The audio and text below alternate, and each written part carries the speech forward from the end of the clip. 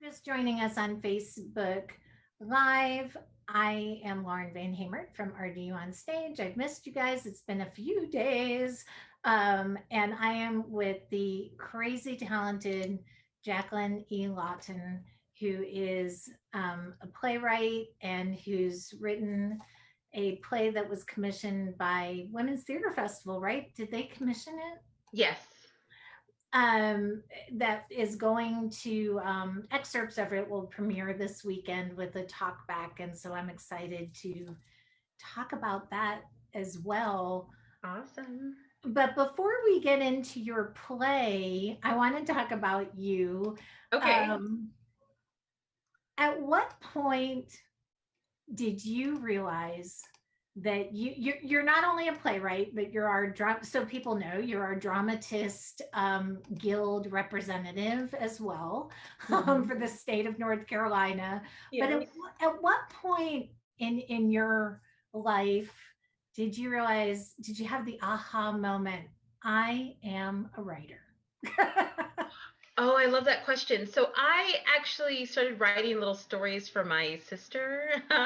So like she's like a year and 9 months younger than me, but she started school 2 years after I did. So she'd be at home, and then I would like write these little stories about what our stuffed animals did while we were away. Because like once she started kindergarten, I would write these silly little stories. And then we didn't celebrate Halloween growing up. So instead, we celebrated Thanksgiving. I mean, we celebrate Thanksgiving, but we celebrated it with like, I would write these ridiculous plays, these Thanksgiving plays that my sister and I would act out. Like they made no sense. I don't know what I was doing, but and then I just wrote and wrote because I love theater, and I was introduced to theater, by the great performances on PBS, and then MGM musicals, the Judy Garland musicals, so I mean, I just fell in love with theater. And I remember, so in elementary school, they would have the older kids, I think it was the sixth graders, would do a play. And I could not wait for sixth grade because I would get to be in a play, right? But then when I became first day of sixth grade, I told the teacher, I'm like, I want to do the play. I don't know when it happens, but I want to do it. And they weren't doing it anymore. Like they suddenly decided not to do it anymore. Oh, You have never seen a crushed child as I must have been that day, but it put like a fire pit in my belly because I was like, no one's going to stop me from doing this thing called theater. Like, I'm going to do it no matter what. And so I started doing, anyway, so I did this UIL, which is University Interscholastic League, which is in Texas, all the ways that young people can participate in multiple different things. That's probably in all states, but so I did all, any way I could perform, I would perform. And then I remember I was 16, I wrote a novella. Like I wrote, it was so melodramatic and so sad. And my sister actually found it a few years ago. And I hand wrote it. I hand wrote this novella. So I feel like I've always been writing. And then when I went to UT Austin for undergrad, and at first I was like, okay, well, if I'm a writer, my job is to tell the truth about my community. And because if I tell the truth about my community, then I can right wrongs. I can figure out how to help people. And so I thought that being a journalist would let me do that. And it took one journalism class for me to realize that no, that's not the way I'm going to show up in the world as a writer. And then I shifted over to screenwriting, and I started taking playwriting classes at UT Austin. So I don't know that there was ever a time when I wasn't a writer, but it was definitely when I got my MFA in playwriting, also from UT Austin, that it was like, okay, this can be a profession. This is actually what I'm going to do.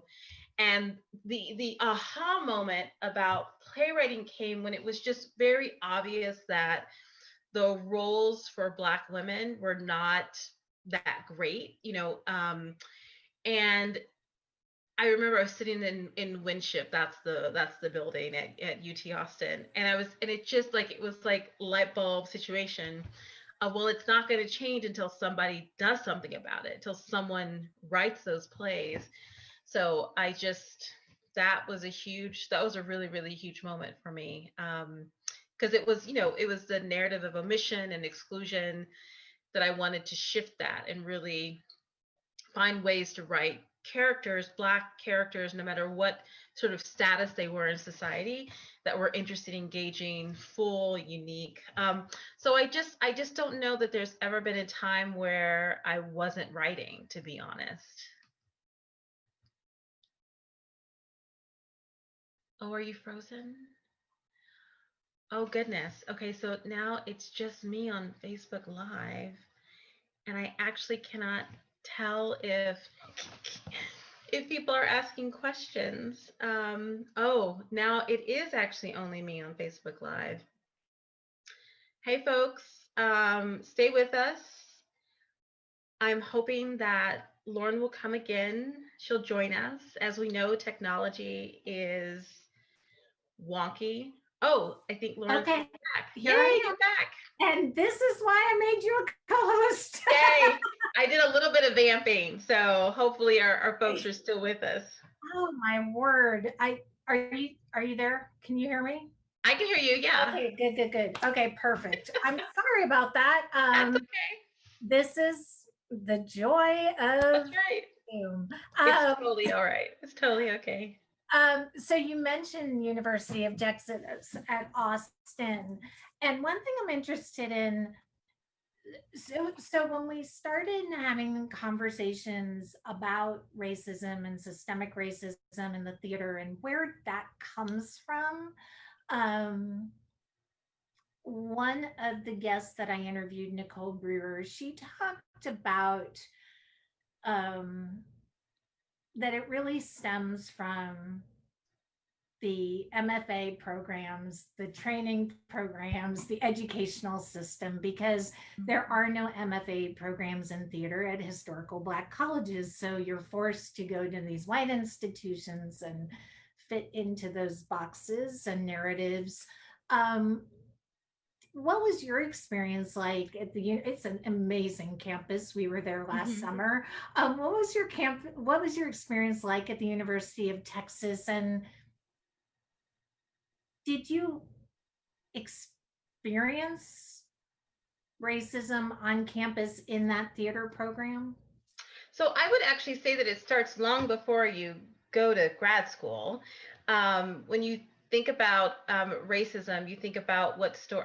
I always think about what stories aren't told, who's not allowed to be included, who is not, whose history isn't being taught, whose style of writing isn't being taught, honored, heralded, studied.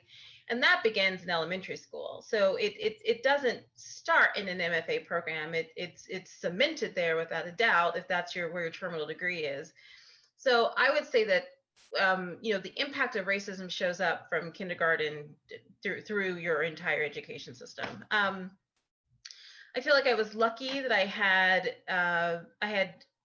had Black professors, and I had Latinx professors, and I had white feminist professors who were making great intentional choices about the kind of work they were introducing to the students. I also think that when we look at our undergraduate programs, and that's something that work at UNC, we're doing a lot of that, and in our drama department is making sure that the courses that are required are inclusive. We're making sure that if we're studying Western theater, North American theater, that it's not just the white men that are being taught in our classes. And so, and I think that's really exciting work that's happening. Our students actually did a really wonderful petition calling for a change in our curriculum. I do wish they had asked for more faculty of color too, but that's the next petition. We always get to have more than one. But it's exciting to see that the changes that, I mean, when I first started here in 2015, they were already, they were having these conversations, which were a continuation of conversations about how to create greater inclusion in our classes, and on our stage, this happens too. In an exciting way. So playmakers, the way they cast, and how their hiring practice in terms of directors, designers who come on board. It's never enough. We can always do more. And it's that always more that's really exciting. So yes, was there racism? Absolutely. There's not a moment in my life that I don't remember there being acts of racism occurring. And again, this goes back to elementary school. Um, in the first grade, I was called the N word. And of course, I told my mom, who then talked to the teacher, and the teacher forced an apology on the child and said, "We don't call them that anymore." That was how I was apologized to. This is in first grade, so it starts long before you're working on a professional degree. And yes, it does still show up in the professional degree. So I think you had gotten frozen, so you didn't hear when I talked about how, yeah, becoming a playwright really had to do with the lack of what I felt were strong roles for Black women. So I was in undergrad in 96 to 99, and so went to grad school 2000, 2003. So this was at this time, which is the height of affirmative action, so like these conversations ongoing, happening forever.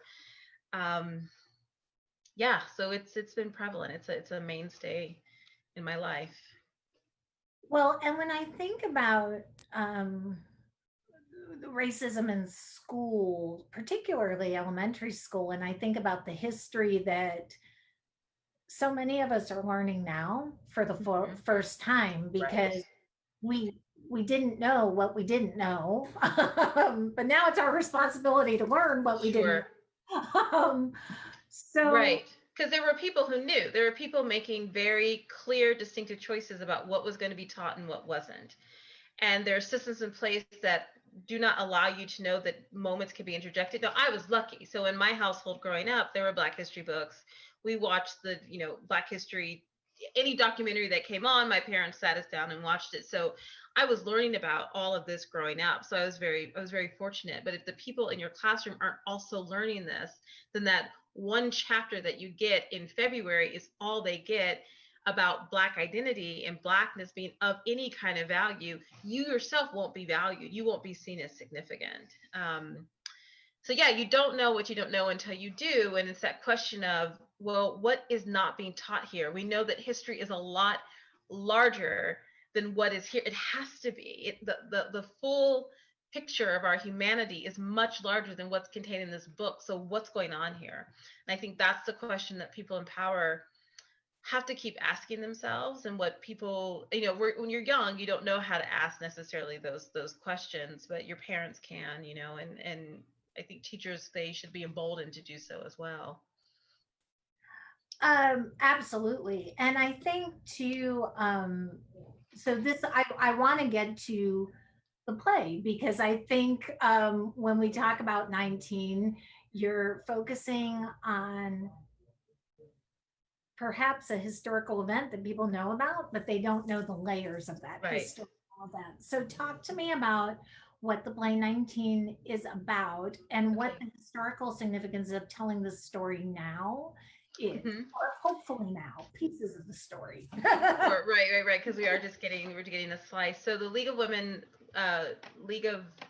Voters, the North Carolina League of Women Voters, they contacted the Women's Theater Festival and said that they want to do something to commemorate the 100th anniversary of the 19th Amendment, but they wanted to do it in a way that told a broader story than what's been told. They want to tell the truth about what happened on the ground. And so the artistic director at that time, Ashley, came to me with the idea, and I was very excited. And because the season, what this season was supposed to be prior to COVID-19, was family. She wanted it to be a family, so an interracial family where the women, both sets of women, Black and white, were fighting for um, the right to vote, but only the white women actually truly got it, because we know that Jim Crow laws went into effect pretty quickly. So that was exciting. And that required a lot of research to figure out how I was going to make this marriage happen, because as we know, miscegenation laws meant that Black and white folks could not legally get married. Of course, we knew that there were marriages there. We knew people who were common law or married in other states and moved to North Carolina. So I did a lot of research to just look at the law and look at what cases were on the books. And so I was able to I found a scenario that worked. And so what happens in the play is Adelaide is our main character, and she has started the Negroes Women, Voters League, and with her best friend Florence. And Adelaide is married to she's married into this wealthy white family. And what she learned, the huge act of betrayal is that her mother-in-law I mean, it is so dramatic. It is so dramatic, and it is such an act of betrayal. So her mother-in-law. So what we know for real happened, right? So for real happened was that the North Carolina General Assembly, they sent a telegram to the Tennessee State General Assembly saying we're not going to, because the last two states to vote at this time were North Carolina came first and then Tennessee. And so the North Carolina folks were like, they sent a telegram to Tennessee and said, hold strong. We're not going to vote to ratify, so you don't either. So then I was like, okay, well, maybe Mom Mabel, that's the mother-in-law's name. Maybe Mabel maybe her brother works for the Tennessee legislature, state legislature. And so she's the one who convinces the, NC governor of the time to send this telegram. And so they do this in telegram, but then of course what really happens is that North Carolina does not ratify, but Tennessee does ratify, all because of one young man whose mother said, put the rat in Radcliffe and vote to give the women the right to vote. But to make it personal, right? So you play with historical drama to make it personal. I had it be the mother-in-law who's writing to her uncle, and then because she's just I mean, I love this character. She's so nasty. She wants to make sure that Adelaide knows it was her, So it's just a really, oh, it's so dramatic. It's really fun in that way that they just get to be as bold, like she gets to be as boldly racist as she wants to be because she feels she's right. And Adelaide really she grows up because she's also she comes from a prominent Black community. So she's had, a wealth of education. She's not had to really work hard for anything outside of just, showing up in the world. And this moment actually teaches her a lot about class within the Black community. And it teaches her that she needs to also, she can use her privilege, like not just to hire people to work with her, but to actually educate her community and bring folks together around the idea of the suffrage. And so that's really fun because when I read the Crisis of the time, the Crisis magazine at the time, and the different works that the NAACP was doing, you see that there's a lot of activity happening in the South, and the folks in Chicago are concerned about what's going on in the South, and they're sending pamphlets down for what Black folks need to know in terms of like the written tests that are going to be taken, the poll tax. So they start raising money so folks can pay for the poll tax that's going to be placed on Black folks. So there's a lot of just really community organizing, and it's grassroots community organizing that's happening in the South at that time. And so we get to see that happening in the world of the play, that was really fun to discover in the research of it, and then to bring to life in the world of the play. How, what can we learn from that period of time and that community organizing to now? Because I feel like we're in this historic moment, and I feel like our community is beginning to organize and come together and have a voice and affect change. So what can we learn from those community organizers? I think the interconnectedness is what's really crucial and important. It's that, what little you have, you pull together to make the absolute most of it, that you stay engaged in community, that becomes vital and important. That you are, thinking of, yes, what does your immediate family need? And then what do we all need as a community? And how can we all raise our voices together? Because the strength in numbers is what's crucial. It's what we see right now. I mean, when you look at the activism that's happening now, it's a grassroots activism, and it's, folks were pent up because of COVID-19. So for the first time in forever, I mean, our lives were slowed down. First time in, I don't know of a moment when life has slowed down like this. So when George Floyd was killed and the world watched that happen, it's because there was nothing else to avert their eyes. And so here was an opportunity to get up, rise out loud as you possibly could for as long as, I mean, protests are still happening. They're not covering it on the news anymore, but protests are still happening every day. And that's a grassroots movement that's happening. It used to happen in church basements, and it's happening now on Twitter. Folks are saying, we're coming here, let's go, what do you need, grab it. They're bringing water, they're making sure people have food, they're making sure they have milk for the tear gas. So they're doing everything they can in service of the community, and I think that's what we can learn. And I think there's these key moments in time. So you look at 1920, you look at 1972, when intersectionality could have shown up a lot better, meaning that women advocating on behalf of all women, looking at class, looking at race, ethnicity, sexuality, looking at all the ways in which we show up in the world. But there's something didn't happen. And the thing that didn't happen, I think, is so tied to racism and white supremacy. And we have an opportunity now to shift that. It takes a lot of humility, though. It takes a lot of folks willing to be very wrong about their efforts and holding themselves accountable for things they've done in the past that have been quite, damaging and cruel. But I think that more than anything, I think that's what we need to learn about, are the not just the successes, but like, oh, here's a key moment when we didn't go far enough, Mhm. and how can we make sure that we don't do that again, that we go as far as we possibly can towards a more progressive agenda that is truly acting in the liberation of others. And I think if we're not asking that question each time, then I think we're missing out on an opportunity. Well, and you kind of alluded to this, but I want to dig a little bit into this question of feminism versus womanism, because there is some tension between Sure. white women. There shouldn't be, but I mean, I wish all women would lift each other up, but there Mm-hmm. is a lot of tension between white and black and brown women. So, can you speak to that divisiveness, particularly for white audiences watching this play who may not know that there's a longer history there? I mean, the history's out there. It's been written. So there's been the revisionist history that brings the truth to light for what was actually happening. So that's good because that information now is available. Um, we saw this happen in 2016. We saw women vote against their own best interest in favor of white supremacy. So that happens. That will happen. Um, and there's nothing I can do to encourage one not to do that.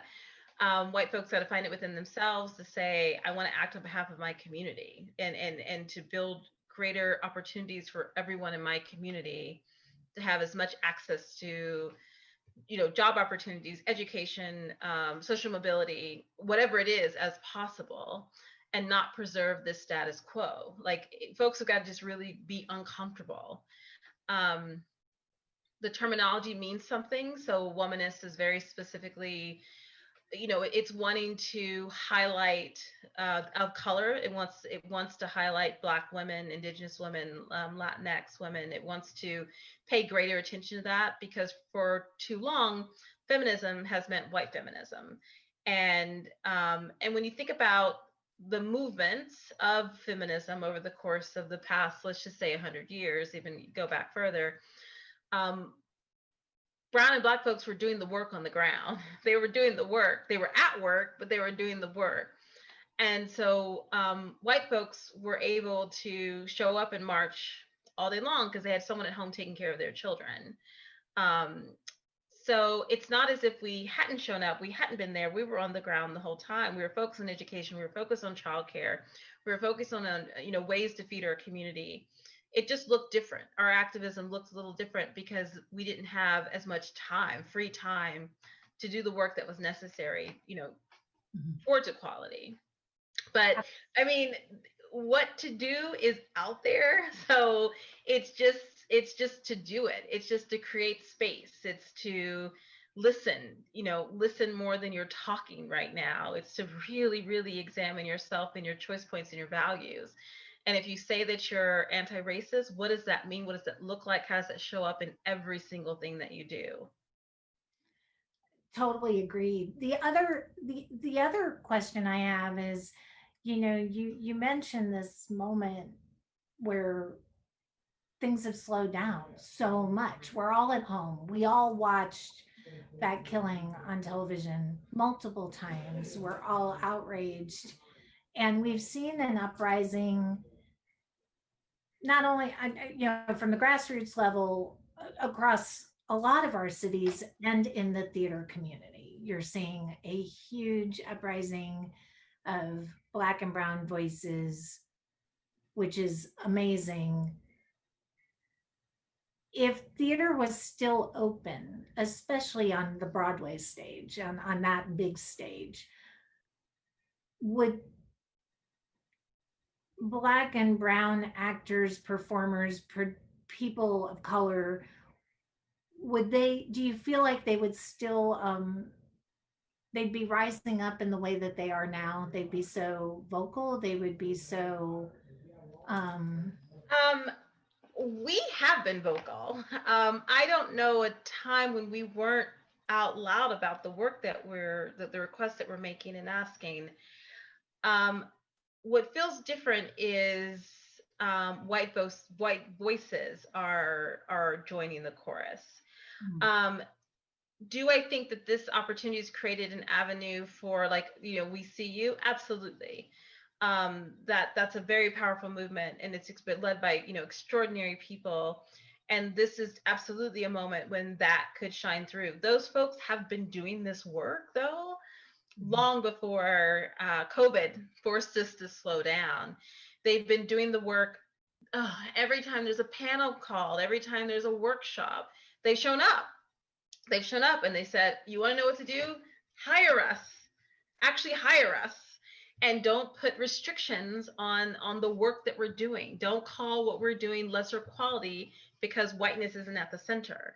They've been doing this work. All of the people who signed that amazing letter, have been showing up and doing this work. It's a different tenor and tone, perhaps. Um, there's no patience, I think, as rightly so. There's no patience for getting around to it because, you know dear white theater, dear white American theater, you've had many years to get to it. And I think that there have been genuine efforts made, but did it go far enough? Have the efforts gone far enough? And I don't think they have. So, does it look different because COVID-19 gave us more time to sit down and think and write? Yes. But it's not like those people just showed up now to say something. They've been saying something. They've been doing something. So I just want to make sure that that's really clear. yeah, yeah, Yeah. no, and I appreciate you saying that because I think it feels different now, but it's an ongoing thing. This isn't Yep. new. This just Yep. start, Right. a month ago. This Right. is this is a 400-year-old problem. Right. Right. So, so I appreciate you saying that the work has been done. I Yeah. think maybe what's different now is, wait, people are listening. I hope. I mean, I don't know, but maybe. I hope so. I do. I hope so. Or they said enough is enough. I'm not going to sit here and watch, for 8 minutes and 46 seconds, someone's life be taken. Like, not on my watch. That's not going to happen. Um, I don't know why the previous, deaths wasn't enough. Like, I'll never be able to answer that because I was already fed up. Like, I was already fighting. You'll have to ask a white activist that question, because I don't know what makes this moment different for them now.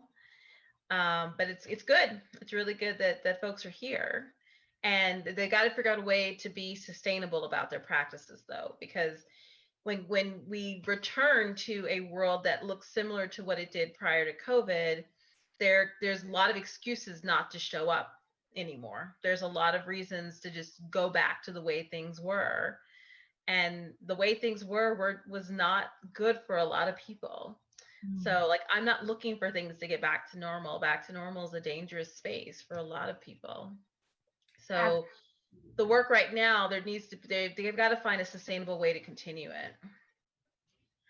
Well, and that leads me, I know you're doing training and working with different organizations on creating an anti-racist work, anti-racist Mhm. theater landscape. what does an anti-racist theater landscape look like, and is it achievable? I hope it is, but is it an achievable goal? Um, yeah, I absolutely think it's an achievable goal. It's about your choice points and your values. It's about saying if you truly believe that Black Lives Matter, that has to show up in absolutely every single thing you do. And the work that I do is not just anti-racist, it's also intersectional. So I'm looking at anti-bigoted, I'm looking at all the ways in which systems of oppressions are actually are in place. So that goes from your hiring practices, on a, from, artistic director to your teaching artist to your season planning, to how you're in a rehearsal room together, to how why are we still doing 10 out of 12s? Why are we literally still putting that kind of pressure on the human body? Our donor, the way donors work, the way that organizations fund other organizations. Why are we not funding organizations led by and in service of communities of color more than our predominantly white institutions who have a section carved out in their season for this work? I do think it's achievable. When you identify the places where racism shows up, you course correct. There's only racism and anti-racism. So you do the thing that is anti-racist. Um, so it's figuring out what that looks like within your organization. It's figuring out like how it shows up, and it feels, and it's also like how do you want to hold yourself accountable?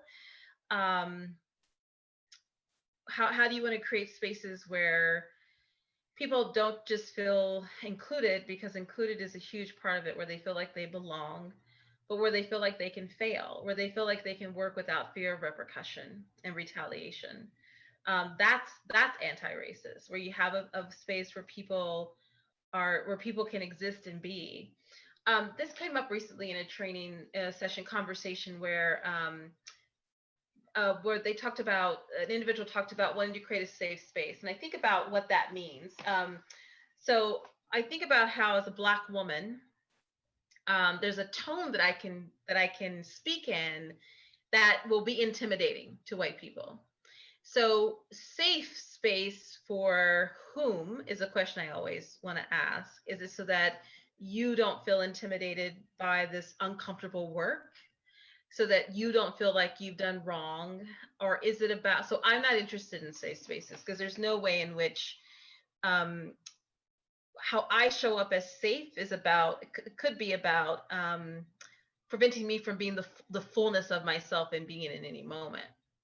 So I'm interested in, I don't like, I mean, the language is similar. So it's like, what is the brave space where you can show up, fail, fall down, get back up, get messy, and we're all here together on the same ground, moving forward towards, our equal and collective liberation. Um, so I think it's achievable. I think that each organization has to see within themselves, what are our practices, how are they racist, how can we disrupt them and make them anti-racist. And then that's not far enough. Like, being anti-racist is one step of the work that you need to do. You also need to be anti-bigoted. You also need to disrupt misogyny and the impact of the patriarchy on absolutely everything. So it's one step. I do think that if you can achieve anti-racism, you'll be able to handle the others fairly well. But yeah, each organization is going to have to, and each individual, right? This work always starts with the individual. It's always going to be, it's going to look different, because your life experiences are going to be different, and how you show up in the world is going to be different, and what you value and how those values show up are going to be different. But it's definitely achievable. And when you read those, we saw an awful lot of solidarity statements over the last Mm-hmm. month, which is great. I'm happy people have started putting out solidarity statements. I think most theaters in this area have. Okay. How does an arts organization, move beyond the solidarity statements to create action steps? I believe that our predominantly white arts institutions can't do that alone. They need somebody like you to come in and help them navigate it. But what what could be a first action step for those companies wanting to figure out or trying to figure out right as we speak, where do they go from here from the solidarity statement? Well, I think they have to do self-assessments and they have to see, what led them to have to make this statement in the first place. Like, what was it about their institution that did not already speak out loud that Black Lives Matter? And once they can examine that, and that could be from who is in leadership, how leadership is formed, how power is distributed across or not, they've got to do a self-examination. And I always start with the individuals. So who are the individuals in this organization and how are they operating with each other? And then how are those individuals espousing their views and values, and how does that show up in their practices? How does that show up in their programming? How does it show up in their hiring? How does it show up in how they engage with their community or not engage with their community? So I would first ask, we put up this statement. We had to put up this statement. Why did we have to put up that statement? And what in our history makes people question whether we actually mean what we're saying right now? Because if Mm. you're not looking at the choices you made previously that led you to have to make a statement like this, then you're not actually doing the work you need to do.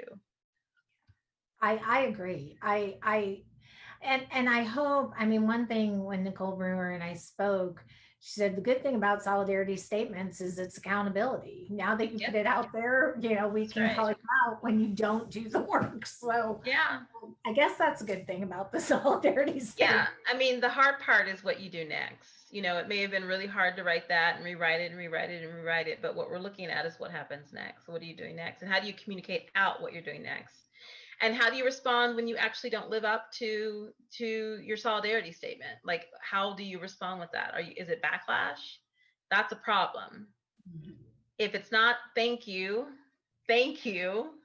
deep work and engagement, then you're not doing what you said it is you wanted to do. Totally agree. Totally agree. Some artists in our community have suggested that having Black theaters and Black and Brown artists divest from their white counterparts or white institutions, that's the answer. That's where that's one place to start. That's one part of the solution. Is that an answer? Is that a part of the solution? Wait, so it's what are you saying that one a part of Having it is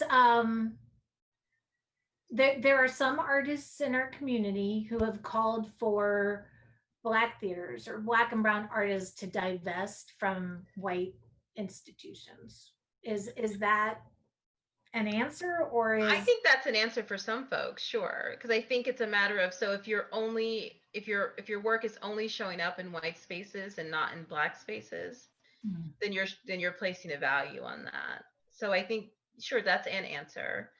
But racism is not the fault of black people or brown people. So I do think that our work needs to show up in our communities 100%. That's amazing. And as we get more funding in our communities and those organizations can support the artists. Because a lot of times what happens is black artists go to where they can actually be paid well to do the work that they are, using for their livelihood. And Mhm. because of a history of discrimination against communities of color, organizations of color, they're not getting the kind of funding that they need to be sustainable and to invest in a local or artists of color. So it's a cyclical problem, and I think sure, yeah, that's definitely a choice. I don't think that if only black artists divest in white artists that white folks can say, okay, done, check. That would be fairly horrifying if that was the only step folks felt they needed to take. But I support anything that I support black artists doing what they feel, or artists of color doing what they feel they need to do to show up in their own anti-racist work. Do we need to restructure the way arts organizations are funded and Yes, our grant programs? yes, 100%. I think so too. Yeah, me That's one too. thing That's an easy one. Yeah, absolutely. um, I mentioned you're our regional representative or state representative for the Dramatists Guild. Do you think Yes. the success of plays like Slave Play and Tony Stone last season, that we're going to see more works from people of color on main stages, like on Broadway, and that'll trickle down to our regional theaters? I mean, I don't know. Broadway is a completely different system than regional theaters. So I know that regional theaters, because regional theaters are wanting to sell tickets. They want to book the show that was the hit, that was the hit off Broadway, on Broadway. And it's great for audiences who couldn't make it to New York to be able to go to their local theater to see the exciting show. Um, the only way for more plays by playwrights of color to be seen is for theaters to produce them.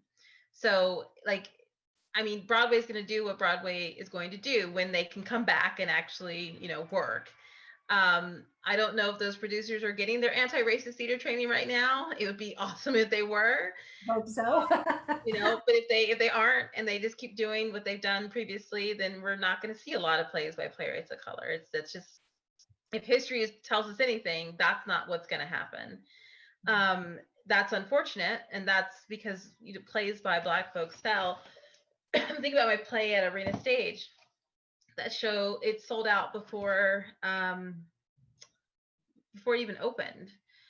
And a Black playwright, and at the center of that play, well, it has a writ large story, was Iraqi nationals. Like that they were at the center of the play.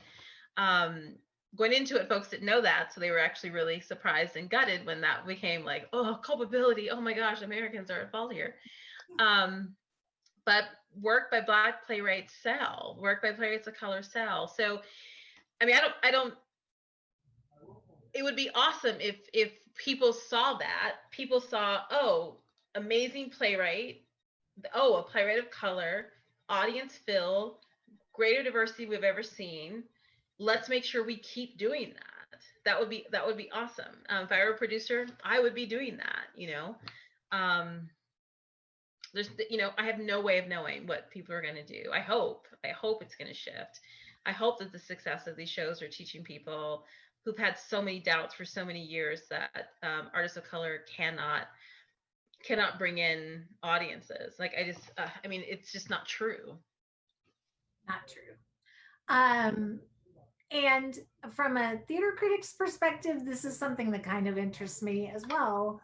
I guess it was last February, it seems like 100 years ago now, there was a Indigenous playwright in Canada who had written a play. And when the play was produced, she said, only people of color can come and review this play. So, do you think a white theater critic can accurately or objectively review a play by a person of color? I don't know. I'm not a white theater critic, so I cannot get inside the head of a white theater critic to know what perhaps is missing from their own life experience to create a space of empathy. What I do know is that we need more critics of color. We need more Indigenous critics. We need more Black critics. I do know that 100%. I don't know what it is to walk in the world as a white person. I mean, I know what it is from the point of view of that's all I'm taught all day long. That's what's on TV. That's what I read about. But I don't actually know what it's like to be in that body, to know what may or may not get in. All I do know is that we need greater inclusion. We need way more critics of color to examine and evaluate the work. So how do we do that? Because you hire them. Something I'm very interested. You hire them. You hire critics of color. That's what you do. That's how you get them. You hire them. I mean, obviously, we need our newspapers to survive. We need a healthy newspaper system. Our magazines, we need them to survive. But you hire them. It's not that complicated. If you want more of something, you hire them in. You hire the people that have trained to do this work to do the work they trained to do. Absolutely. And I think we need to have programs where we nurture critics of color too. We already have those programs. Those programs already exist. Those writers are out there. Those critics are out there. They just need to be hired. Those programs have been in existence for at least 10, 20 years. They're there. Theater critics, like writers, are learning how to do this work in their colleges. They're just not been given the opportunity to do the work in the theater and in the world, in their lives. So they're there. It's not that there's an absence of people to do it. There's an inability on behalf of the organization to hire the people to do it. They're out there. So as a media outlet, and I'm not a media outlet like the News and Observer, I wish I was, but or a big newspaper or big television outlet, but as a media outlet, when we've put out calls, and I know when other uh, other online blogs have put out calls for critics of color to come and review for us, write for us. It's been very difficult to find them. So, how does somebody like me connect to our critics of color? I mean, I don't want to seem stupid here, but I feel a little stupid in other than putting out a call. Do I go to the universities? Sure. I mean, Yeah, go to the universities, meet people. I mean, if yeah. critics of color are not coming to your organization, they may not feel welcome there. So what Mhm. can you do to create a more inclusive space for people to show up? If your organization has a history of not treating folks well, or just not creating spaces for them, not as, it doesn't have to be abuse in terms of behavior. It could be the fact that they just haven't been there. Not everyone wants to be a pioneer. Like, not everyone has that I'm just going to show up and do the work anyway. Like, I'm very much that kind of person. There was whiteness all around everywhere in the theater, and I didn't care. Theater is what I wanted to do. I was going to show up. I was going to make it happen. It didn't matter. Not everyone has that spirit. Yeah, you need to show up. You need to go to the schools, go to the universities, have conversations, meet people, engage. Lift up the voices of theater critics of color that are writing right now. Champion those artists, those individual artists. Give them space to talk. Pay them to do the work. Like that's work that you can do 100% to figure out how to bring more people into the fold. And I am part of a national organization of theater critics, and this is something we've talked about a lot. And I think making the connections, having the relationship, showing up, that's the deal. That's how Well, you. it's also what is the organization finding acceptable in the critics who are currently writing today? That's a huge thing. A Will big. I feel welcome in a space that allows a type of attitude to remain prevalent without being called out? Not necessarily, no. I wouldn't feel welcome in that space.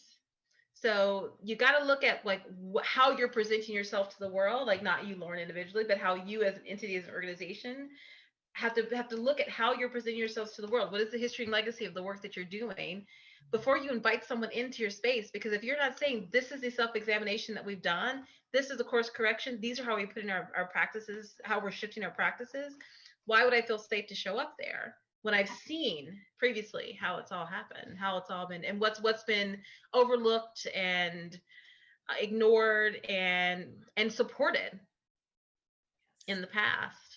and and and and absolutely, and I like every media organization, every arts organization, I'm hoping, has had to um, listen and reevaluate where we are. A really good playwright I know, not mentioning any names, may or may not have called me out at one point, and it was up to me to take that in and really understand what was being said and why my actions were not appropriate. It's kind of like, okay, you got to evaluate what your platform is being used for. So I think Sure. we all need to do that. We're Yeah. we're not we're not exempt. I'm not exempt for sure. Right. Right. Right. There's all ways that we can, every one of us, like, how can we be better at this work and creating greater avenues for people to show up whose voices have been silenced for a long time? Like, what can we do to make that better? Absolutely. We've seen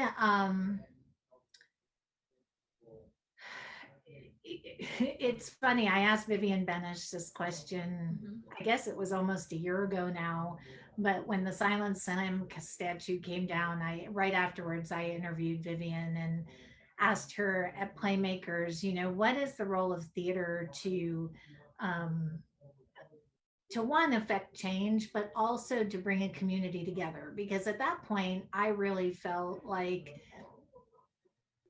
Chapel Hill, I think I called it in that interview a community in crisis.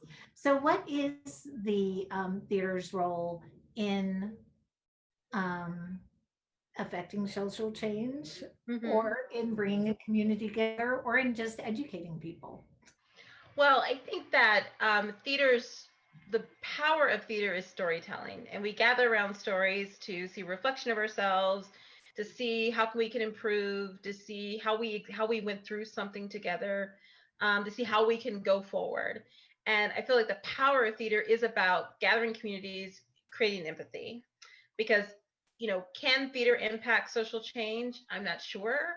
Theater can share what can happen when change occurs.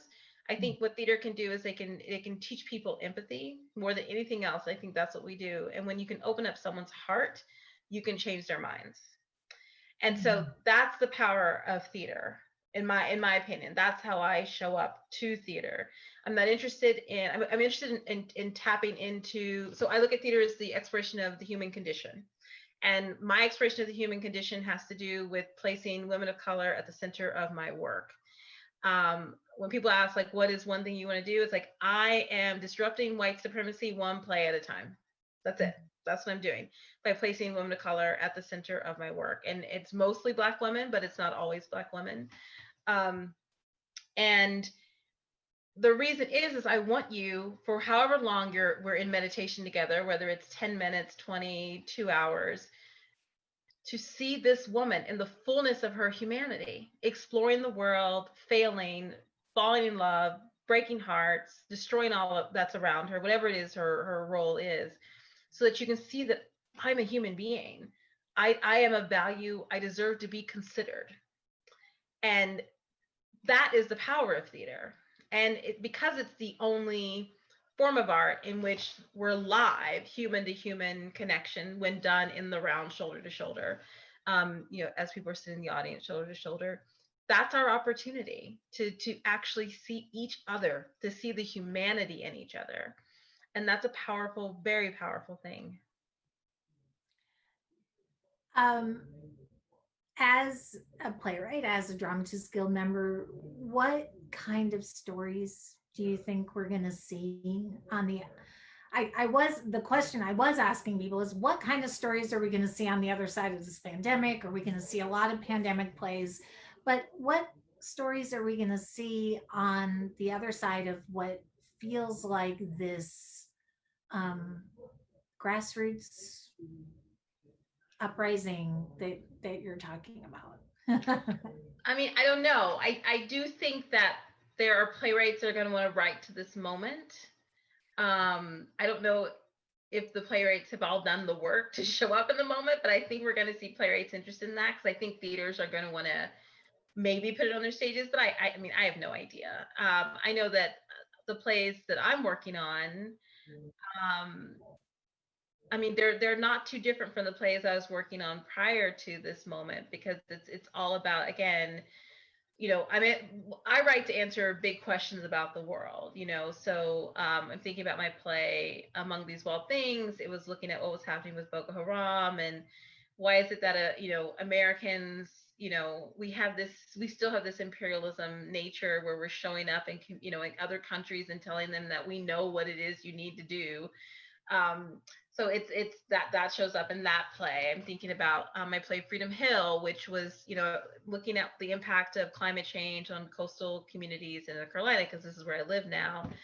And so that play is looking at Freedom Hill, which is now Princeville, the oldest historically Black town in the United States. Um, and it's an adaptation of Our Town, because it's looking at freed people during the Reconstruction and what that life was like for them, and how they were how they were living, how they were as death was happening everywhere. It's very different than our town because death happens. We come to death at the end versus the Black community. Death is ever present. It's always there. And this play very much speaks to that. At the very beginning, there's a lynching. So we understand what the Black community is facing. So, I mean, I like I think about when I think about different. I started writing differently after 2003. So when the United States went to war in Iraq, and it was I will never forget this moment. I watched George Bush make that statement. He was declaring war, my entire world shifted. And it became very clear to me that if I was not writing work if I was not a citizen artist, where all of my work, everything I wrote was showing how we can hold people in power accountable for their actions and inactions, how policies impact communities, particularly those most marginalized, then what am I doing with my time and talent? And so that shifted dramatically for me. Um, I'm not, I mean, I don't know. We're still in the middle of it. Like we're still in the middle of the first wave as this virus is learning how to do something new. And it's even more dangerous than the first wave because the virus is more contagious now. This new strand is more contagious. And I'm not even going to say the other thing, but so we're still in the middle of it. So I don't even know. I don't know who we're gonna be on the other side of this.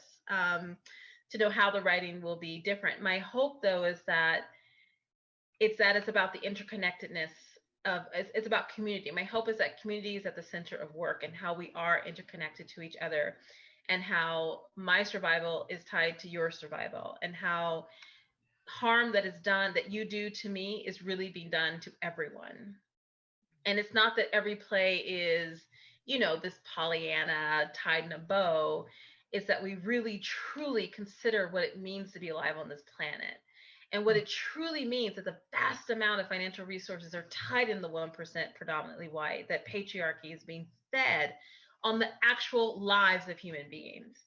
And I think if that is not truly considered, then what are we doing? That's my hope. My hope, but yeah. So that's my hope, is that we're in deeper conversations about humanity and accountability. I do too. I hope so. I hope so. Those are the kinds of stories I like to see. Those are the kinds that's the kind of theater that interests me the most. So I going back to 1919, there'll be excerpts of 19 Yes. being read this weekend. We're approaching the end of our hour. Okay. When people watch the excerpts, what do you hope they'll gain from hearing pieces of the play and hearing the collaborators speak afterwards? The top. Yeah. So it'll be I don't actually know what the excerpts are going to be yet. I will make that decision by Friday because it goes up on Saturday at 7:30.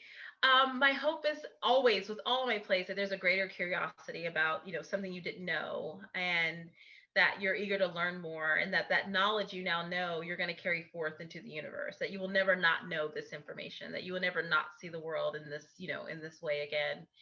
And I'm really excited. The conversation we're going to have a youth activist, and we're going to have a member from the League of Women Voters, North Carolina League of Women Voters, and then Gloria, this amazing faculty member here at UNC. And so we're going to talk about voters' rights and voters' advocacy and voter suppression and what's literally still happening right now, this moment today.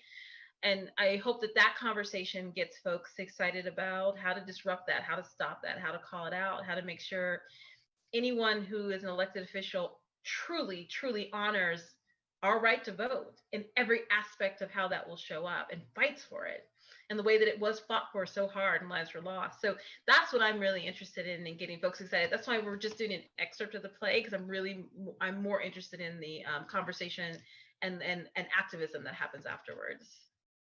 And I hope people will pay attention, because I think it's important when you see a limited number of polling places open, Oh, yeah. or when we have these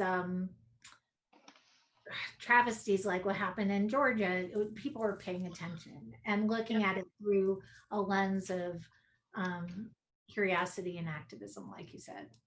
Yeah. So thank you. This was Awesome. wonderful. Thank you for joining me. Um, thank you for calling me out. Continue to call me out. Well, I called you in. I called you in, and it was a great Call me out and call conversation. me in. But that's what we all need, and I'm hoping through these conversations, as difficult as some of them are, that we just learn that we have a little bit more in common than we have differences. So that's what. Sure. And that our differences have extraordinary value. It is okay to be different. Different is not a negative thing. It's a value added. It is. It is. So thank you so much. If you joined us late, this will live on our DU on Stage's website, probably in the next day or two, but you'll be able to continue to watch it on Facebook Live from the begin or Facebook from the beginning. And Jacqueline, I just appreciate you so much, and can't wait to see excerpts of the play. I hope to see the full production when it's I hope safe. so. All gather again. Yes, exactly. Thank you so much for having me and for this conversation. It was great. Tomorrow night, come back and join me at 6:30. I'll be talking with Hayden Tyler, who I really just enjoy so much as a friend and teacher to my children's role model. So come back tomorrow at 6:30. And I'll see you guys soon. Jacqueline, stay safe and healthy, and You I'll see too. you online this weekend. Awesome. You take care. Bye. Thank you, everyone. Bye.